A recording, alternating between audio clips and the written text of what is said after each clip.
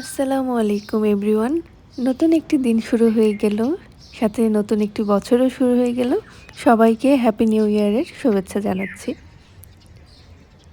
এই তো আমি বরাবরের মতোই খুব সকালে ঘুম থেকে উঠতে পছন্দ করি, আর আমি আমার রুমকে সবসময় গুছিয়ে রাখতে পছন্দ করি, নিট অ্যান্ড ক্লিন রাখার চেষ্টা করি। আমি একটা চাদর কখনোই ৪-৫ দিনের বেশি ইউজ করি না, কেমন জানি নরম হয়ে যায়। আর গাছ যেহেতু আছেই, গাছের যত্নও নিতে হবে। আসলে নিজের সাথে সাথে প্রতিটি জিনিসের যত্নই আমাদের নেওয়া উচিত। আমি যেদিন ফ্রি থাকি না, সেদিন আমি একসাথে আমার সব কাজ গুছিয়ে রাখার চেষ্টা করি। যখন কোনো কাজ করি, সব কাজই একসাথে শুরু করি। সব সুন্দর মতো ক্লিন, নিট অ্যান্ড ক্লিন, গোছানো না হওয়া পর্যন্ত আর কি। তো আজকে যেহেতু ফ্রি ছিলাম, ভাবলাম যে অনেক দিন ধরে ভাবছি যে আমার যেখানে জুতা রাখি, জুতা রাখার বক্স এবং ক্যাবিনেটগুলো গুছিয়ে ফেলবো আর কি।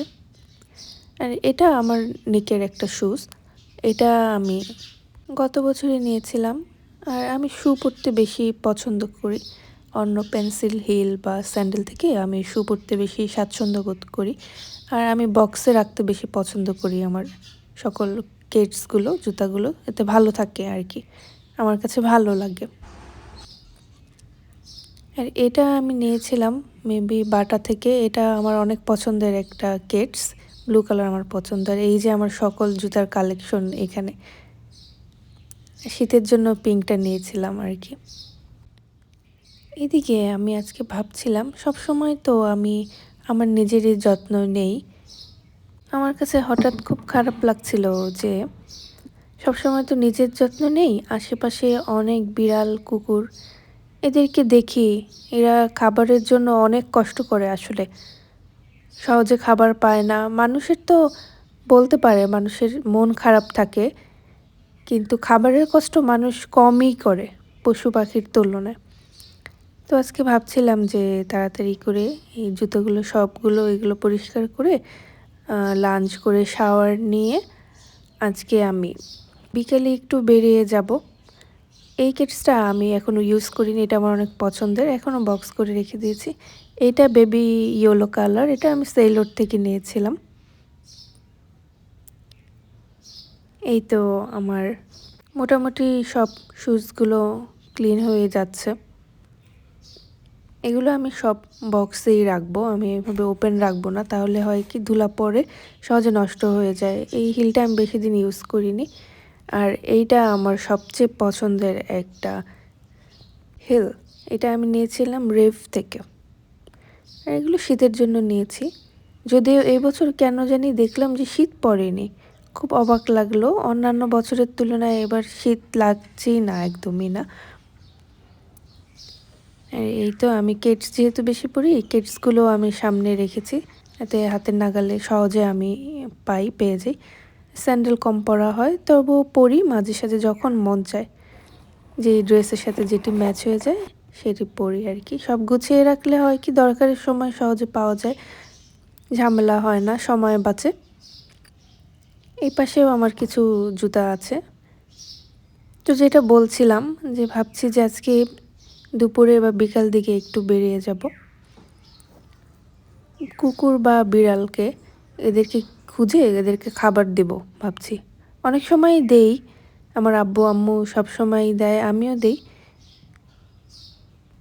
আর আমার ভিডিও কার কার ভালো লাগে, আমার ভিডিওর কোনো অংশ দেখতে দেখতে যদি কারো একটু হলেও ভালো লেগে যায়, আমার ভিডিওকে একটি লাইক দিয়ে পাশে থাকবেন প্লিজ। আর নতুন বন্ধু হয়ে থাকেন যদি, তাহলে অবশ্যই চ্যানেলটিকে সাবস্ক্রাইব করে দেওয়ার জন্য অনুরোধ জানাচ্ছি। আর দেখলাম দুপুরে এগুলো ছিল, এই ফিশগুলো ছিল, তো ভাত ছিল কিছু। তো ভাবছি যে যাই আছে ওদেরকে খাবারের ব্যবস্থা করব আজকে, যেভাবেই হোক আজকে আর মিস করব না। অনেক দিন ধরেই বিষয়টা ভাবছিলাম, দেখছিলাম করে, আর সময় হয়নি। আর যেহেতু আজকে সময় পেয়েই গেছি, আমার অন্যান্য কাজ থাকুক, আমি আজকে এটা ভেবেছি আমি এটা করবই আজকে। আমাদের মতো তাদেরও কিন্তু খাবারের টেস্ট আছে, তাই না? তাই ভাবলাম যে একটু ওভেনে খাবারটা একটু গরম করে নেই, তারপর খাবার গরম হয়ে গেলে তারপর আমি এগুলো প্যাকিং করে আজকে নিয়ে যাব আর কি। পলিথিনগুলো এগুলো ছিল, আগেই ছিল। আর কিছু ডিম এনেছিলাম, হাঁসের ডিম আমার ভাল লাগে। আমি সবসময় ডিম ক্লিন করে তারপর ফ্রিজে রাখি আর কি। আর দুপুরে আমি ভাবছি যে আজকে বেশি কিছু খাবো না, লাইট কিছুই খাবো। একটা ডিম বয়েল খাবো আর দুধ খেতে ভালো লাগে, ডিম। দুধের স্বর অনেক ভালো লাগে আমার কাছে। দুধের স্বর পড়েছে। এটা দিয়ে পিঠা বানানো হবে। এটি আমি অন্য আরেকদিন আপনাদেরকে অন্য একটি ভিডিওতে দেখানোর চেষ্টা করব আর কি। এই তো এদিকে খেতে খেতে আমার খাওয়া শেষ হয়ে গেছে। আর যাদের জন্য খাবার নিয়ে যাবো ভাবছিলাম, এই তো তাদের পেয়ে গিয়েছে। অনেক খুঁজতে খুঁজতে, অনেক খোঁজাখুঁজির পরে এদেরকে পাওয়া গেছে। দেখলাম যে সে ঘুমিয়েছিল ওই কুকুরটা। দেখলাম যে সুন্দর খাচ্ছে, কিন্তু সে আমার কাছে আসার মতো একদমই সাহস পাচ্ছে না, আবার আমিও অত সাহস পাচ্ছি না তার কাছে যাওয়ার মতো। আরও এদিকে আরও অনেক কুকুর খুঁজছি দেখছি না আর কি। যখন দেখি তখন আর কি দেওয়ার মতো সময় সুযোগ থাকে না।